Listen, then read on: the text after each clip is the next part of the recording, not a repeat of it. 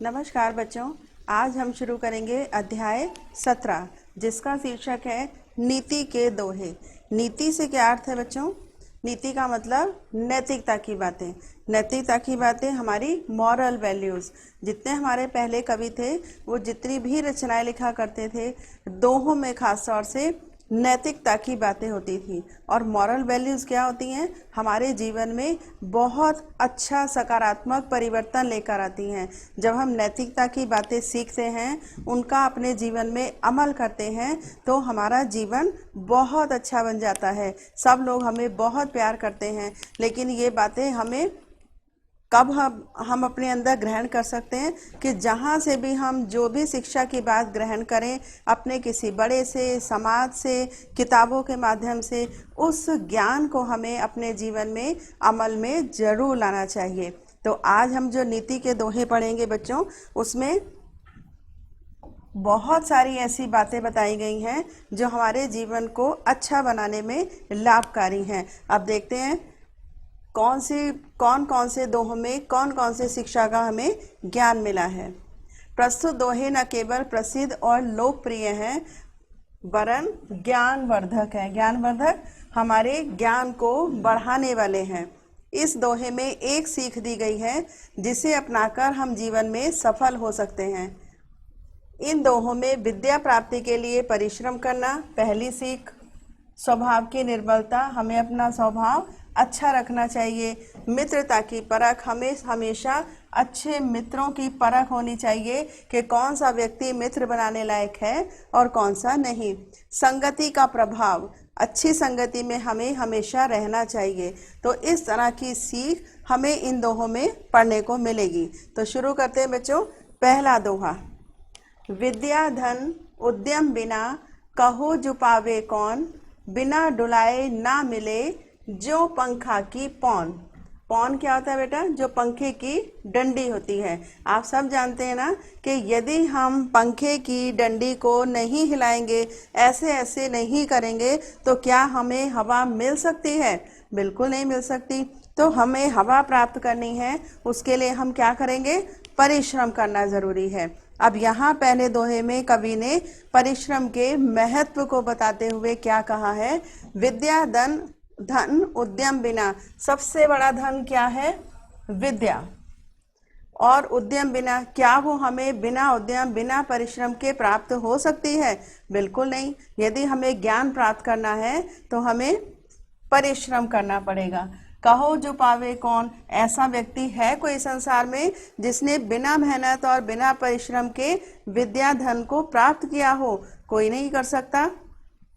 अब उद्यम के महत्व को यानी परिश्रम के महत्व को समझाने के लिए कवि ने पंखे का एग्जाम्पल दे दिया है। पंखे का उदाहरण देकर कहा है कि जिस प्रकार यदि हमें ठंडी ठंडी हवा प्राप्त करनी है तो पंखे की डंडी को हमें हिलाना ही पड़ेगा।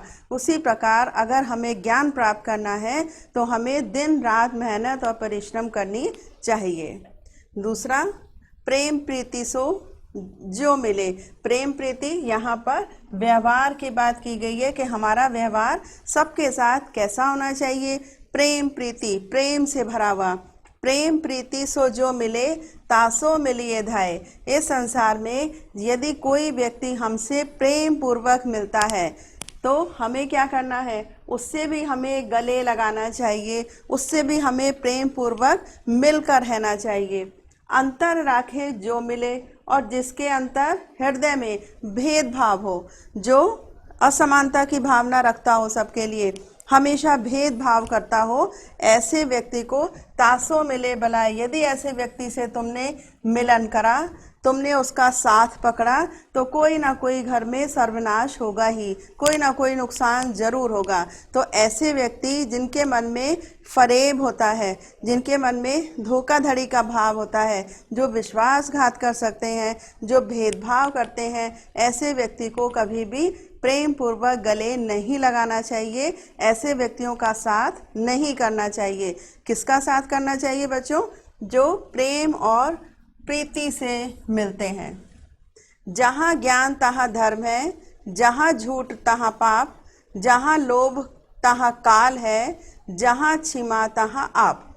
ज्ञान जहाँ पर ज्ञान का उदय होता है वहाँ हमेशा धर्म उपस्थित रहता है, वहाँ सब कुछ अच्छा ही अच्छा होता है। और जहाँ झूठ वहाँ पाप, जहाँ पर झूठ का बोलबाला होता है वहाँ चारों तरफ पाप ही पाप, बुराइयाँ ही बुराइयाँ नजर आती हैं। जहाँ लोभ तहाँ काल है, जहाँ पर लोभ और लालच की बात हमेशा हो तो समझो मृत्यु निश्चित है। यहाँ काल से मतलब है सब कुछ नष्ट होने वाला है। जब हमारे मन में लालच का भाव आ जाता है, लालच की बुराई आ जाती है तो हमारी मृत्यु निश्चित है, हमारा सर्वनाश होना निश्चित है। जहाँ क्षमा तहाँ आप, और जहाँ पर क्षमा भाव हो वहाँ पर हमेशा आप से मतलब है यहाँ पर हमेशा ईश्वर की कृपा बरसती है और जीवन खुशियों से भरा रहता है। तो हमें हमेशा किसका साथ देना चाहिए? ज्ञान और धर्म के साथ हमें होना चाहिए अगर हमें ईश्वर की कृपा दृष्टि प्राप्त करनी है तो। मन के मते न चालिए, मन के मते अनेक, जो मन पर असवार है सो साधु कोई एक। मते का मतलब है यहाँ पर मन के अनुसार, क्योंकि हमारा मन तो बहुत चंचल होता है, स्थिर नहीं है, अस्थिर, इधर उधर घूमता रहता है। आज कुछ चाहिए, कल कुछ चाहिए, आज हम कुछ चाहते हैं, कल हम कुछ चाहते हैं, आज हमारे विचार कुछ और हैं, कल हमारे विचार कुछ और हैं। तो मन के अनुसार यदि हम अपना जीवन यापन करेंगे तो हमें हमेशा नुकसान उठाना पड़ेगा। मन के मते न चालिए, हमें मन के अनुसार कोई भी अपना काम नहीं करना चाहिए, क्योंकि मन की मत तो बहुत सारे हैं। समय समय पर परिस्थिति अनुसार हमारे विचार बदलते रहते हैं। जो मन पर असवार है सो साधु कोई एक। और यदि कोई मन पर अंकुश लगा लेता है, मन को अपने वश में कर लेता है, तो वो जीवन में हमेशा सफल होता है, क्योंकि वो हमेशा अपना लक्ष्य उद्देश्य निर्धारित करके चलता है। और ऐसे व्यक्ति सो साधु कोई एक, ऐसे में कोई एक बिरला व्यक्ति ही मिलता है। बहुत अनमोल होते हैं ऐसे लोग, बहुत कम मिलते हैं जो अपने मन को अंकुश में रख लेते हैं। कही रहीम संपत्ति सगे, बनत बहुत बहुरीत, विपत्ति कसौटी जे कसे, ते ही साचे मीत। बहुत अच्छा दोहा है। और इसमें क्या कहा गया है? सच्चे मित्र की पहचान हमें कब होती है? क्या कहा? कही रहीम संपत्ति सगे। रहीम कवि कहते हैं कि जब हमारे पास बहुत अधिक संपत्ति, धन दौलत आ जाती है तो बनत बहुत, बहुरीति, बहुत तरीके से लोग हमसे संबंध जोड़ना शुरू कर देते हैं। कोई रिश्तेदारी निकालता है, कोई रिश्तेदारी निकाल लेता है, सब हमारे करीब आना चाहते हैं। कब? जब हमारे पास बहुत अधिक धन संपत्ति आ जाती है। लेकिन विपत्ति कसौटी जे कसे, विपत्ति के समय जो व्यक्ति हमारा साथ देता है वो हमेशा सच्चा मीत कहलाता है। मीत से मतलब सच्चा मित्र वही होता है जो बुरे वक्त में हमारा साथ देता है। तो हमें मित्र का चुनाव कैसे सोचकर करना चाहिए? विपत्ति के समय जो हमारे साथ हर समय खड़ा है वही हमारा मित्र है। नेक्स्ट दोहा देखिए, जे गरीब पर हित करे ते रहीम बड़ लोग, कहा सुदामा बापुरो कृष्ण मिताई जोग। सब जानते हैं ना। यहाँ पर देखिए चित्र किसका है? भगवान कृष्ण का, और ये उनके सच्चे मित्र हैं सुदामा। दोनों में कितना अंतर है? एक राजा और दूसरा बहुत गरीब सुदामा, लेकिन इनकी दोस्ती उदाहरण बन गई है। आज भी लोग इनकी दोस्ती को याद करते हैं। किस लिए? जे करीम पर गरीब पर हित करे। जो व्यक्ति गरीब व्यक्ति की, गरीब मित्र की हमेशा भलाई करता है, उसकी अच्छाई के बारे में सोचता है, ते रहीम बड़ लोग, वास्तव में वही बड़े लोग कहलाते हैं, महान लोग कहलाते हैं। जैसे कृष्ण का मित्र थे सुदामा। सुदामा बहुत गरीब थे लेकिन कृष्ण के बचपन के साथी थे, तो उन्होंने कभी भी अपने मित्र को अकेला नहीं छोड़ा। हर परेशानी में, हर विपत्ति में वो उनका साथ देते थे। तो बच्चों, हमें कैसे मित्र की आवश्यकता है? जो गरीबी में भी हमारा साथ दे। ऐसे लोग कैसे कहलाते हैं? बड़ लोग, यानी महान लोग। नेक्स्ट देखिए, रहीमन धागा प्रेम का मत तोड़ो चटकाए, टूटे पे फिर ना जुरे गांठ परी जाए। इस दोहे के माध्यम से कवि ने क्या समझाया है कि कभी भी हमें प्रेम के धागे को प्रेम रूपी धागे को चटकाए, चटकाए कहते हैं खींच कर नहीं तोड़ना चाहिए। सरल शब्दों में हम क्या कह सकते हैं, यदि किसी आत्मीय व्यक्ति के साथ हमारे संबंधों में कहीं कोई कटुता आ जाए तो हमें उस कड़वाहट को बहुत लंबे समय तक नहीं खींचनी चाहिए। कोशिश करनी चाहिए कि फिर से हमारे संबंध मधुर हो जाएं। पहले तो यही प्रयास करना चाहिए कि दोस्ती में कभी कड़वाहट आ ही नहीं, और यदि आ गई तो टूटे पे फिर ना जुड़े। यदि एक बार हमारे आत्मीय संबंधों में यानी हमारी दोस्ती में दरार पड़ गई तो हम कितनी भी कोशिश कर लें, हम उस मित्रता को पहले जैसी मिठास भरी नहीं बना सकते। क्या उदाहरण दिया है कवि ने, जैसे मान लीजिए बच्चों धागा है, धागे को हमने एक बार खींचकर तोड़ दिया तो क्या हम उसे पहले जैसी स्थिति में ला सकते हैं? उसे हम जोड़ सकते हैं? नहीं जोड़ सकते। हाँ, जोड़ने का हम प्रयास कर सकते हैं, लेकिन उसमें जरूर थोड़ी सी भी गांठ पड़ जाएगी, चाहे छोटी सी गांठ हो। इसी तरह अपने यदि आत्मीय संबंधों में हमारी कभी कटुता आ गई, पहली तो यही कोशिश करनी चाहिए कि वो मिठास कभी खत्म ना हो, क्योंकि अगर एक बार मिठास खत्म हो गई तो हम कितना भी अपना बनाने की, अपना बनने की कोशिश करें, पहले जैसी मिठास नहीं आ सकती। तो क्या सीख देनी हमें कि संबंधों में हमें हमेशा मिठास रखनी चाहिए। नेक्स्ट, कदली सीप भुजंग मुख स्वाति एक गुण तीन, जैसी संगति बैठिए तैसो ही फल दीन। यहाँ पर कवि ने संगति का प्रभाव बताया है कि यदि हम अच्छी संगति में रहेंगे तो हम अच्छी बातें सीखेंगे, यदि हम कुसंगति यानी बुरी संगति में रहेंगे तो हम बुरी चीज़ों को, बुरे गुणों को, अवगुणों को हम अपने अंदर संजो लेते हैं। जैसे कदली सीप भुजंग मुख, कदली क्या होता है? केला, सीप देखा है आपने जो समुद्र में से निकलती है, और भुजंग सर्प। स्वाति एक गुण तीन, स्वाति नक्षत्र में जो एक बूंद वर्षा की गिरती है, यदि वो बूंद कदली केले के पास गई, केले के ऊपर गिरी तो उसका असर अलग पड़ेगा। सीप के मुंह में गई तो क्या बनती है? मोती बन जाती है। और यदि भुजंग सर्प के मुख में पड़ी, स्वाति नक्षत्र में गिरने वाली बूंद यदि सर्प के मुख में गई तो सर्प के मुख में क्या होता है हमेशा बच्चों? विष। तो वो विष का रूप धारण कर लेती है। अब देखिए, बूंद तो एक ही थी, स्वाति नक्षत्र में गिरने वाली एक ही बूंद थी, लेकिन उसका प्रभाव अलग अलग कैसे हो गया? संगति के कारण। तो यही कहा है कवि ने, जैसी संगति में हम बैठेंगे तैसो ही फल दीन, ऐसा ही फल, ऐसे ही गुण हमें प्राप्त हो जाएंगे। तो क्या सीख दी कवि ने? हमें हमेशा अच्छी संगति में रहना चाहिए। तो ये थे बच्चों नीति के दोहे, और इस दोहों के माध्यम से हमने कितनी अच्छी अच्छी बात अपने जीवन में ढालने का प्रण आज हम कर सकते हैं। अब शुरू करेंगे बच्चों अभ्यास प्रश्न।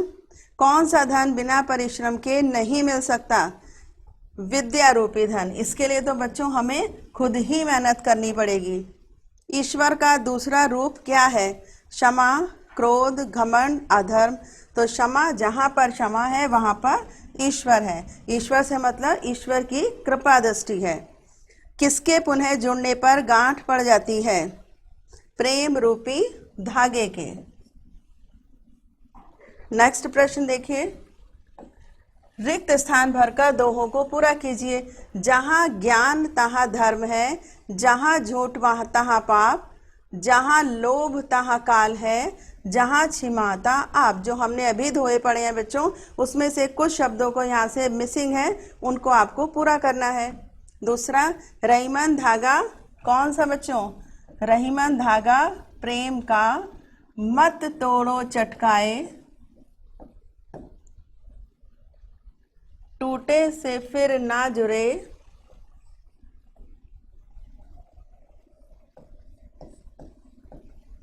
जुड़े गांठ परी जाए। तीसरा, कही रहीम संपत्ति सगे, बनत बहुत बहुरीत, विपत्ति कसौटी जे कसे,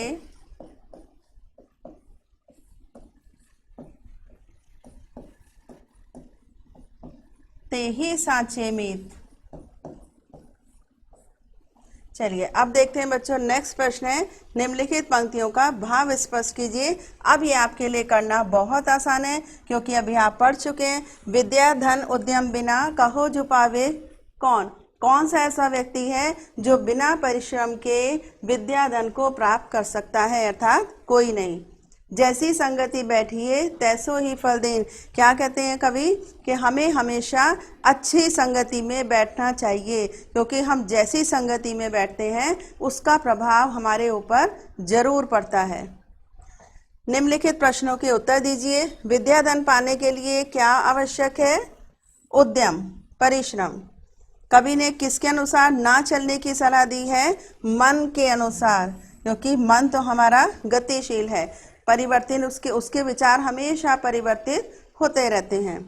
कवि के अनुसार किससे नहीं मिलना चाहिए? जिस व्यक्ति के मन में भेदभाव होता है, अंतर होता है। नंबर 4, रहीम ने सच्चे मित्र की क्या पहचान बताई है? बिल्कुल सरल है, जो व्यक्ति विपत्ति में हमारा साथ देता है वही सच्चा मित्र कहलाता है। तो ये थे बच्चों हमारे नीति के दोहे। इन नीति के दोहों को पढ़ने के बाद हमें क्या सीखने को मिला कि हमें अपने जीवन को सफल बनाने के लिए वास्तव में यदि हम मनुष्य कहलाने के अधिकारी बनना चाहते हैं तो इन गुणों को अपने जीवन में जरूर ढालना चाहिए। तो ये था बच्चों आज का अध्याय। कल फिर मिलेंगे एक नए अध्याय के साथ। तब तक के लिए हैप्पी लर्निंग।